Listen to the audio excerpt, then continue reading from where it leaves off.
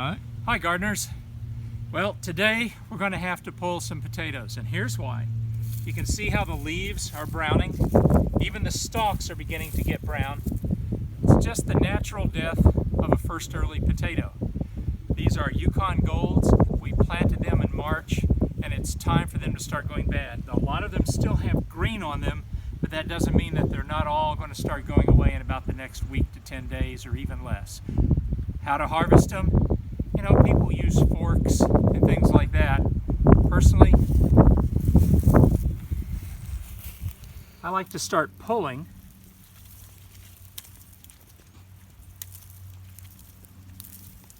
And then I can dig around. Oh, look at him.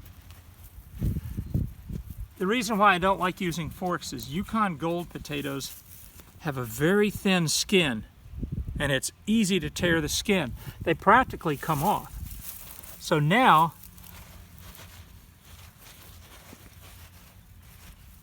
there's another.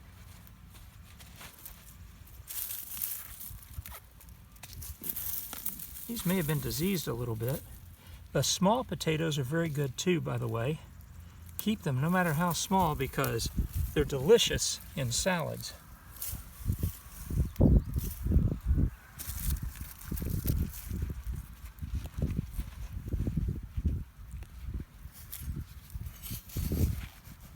All I'm doing here is loosening up the dirt. And as you can see, once it's loose, yeah, buddy, we can get our hands underneath them, and that way we're not hurting the potato itself.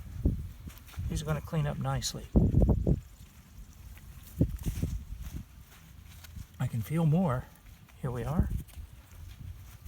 Now, this paper was part of our lasagna method of building the bed. We put layers of paper down to suppress weeds, and then we put soil on top of it, and then another layer of paper, and then soil, topsoil mulch.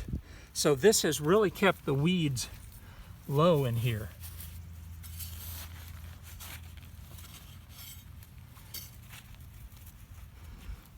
But one advantage of having this nice crumbly mulch on top, the potatoes tend to grow in the softest dirt that they can find.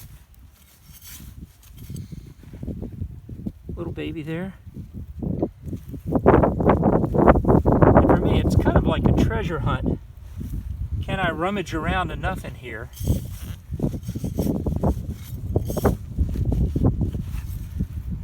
and find all the potatoes without damaging any? See, there's another one. So it's about 1.5 pounds off of that group. And if we miss one, we will have volunteer potatoes next year. Looks like we got them all. That's now down into the hard pack. That's the first layer of dirt. They won't grow very well in that. See, now we just have little babies. So that's how I look for potatoes. You see here, brown, the leaves are browning, and the stems are beginning to change. May well be time for this group too. There, look at that. As you can see, by picking them a little earlier, I think these look like they're a lot better potatoes here. Look at these guys. Folks, we have potato nirvana. And now we can start digging around. Another one.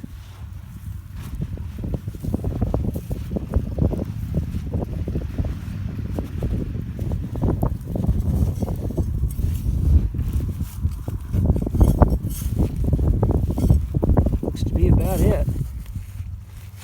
But those are good. The nice thing about these Yukons is if you want them for mash, they're perfect mashed potato.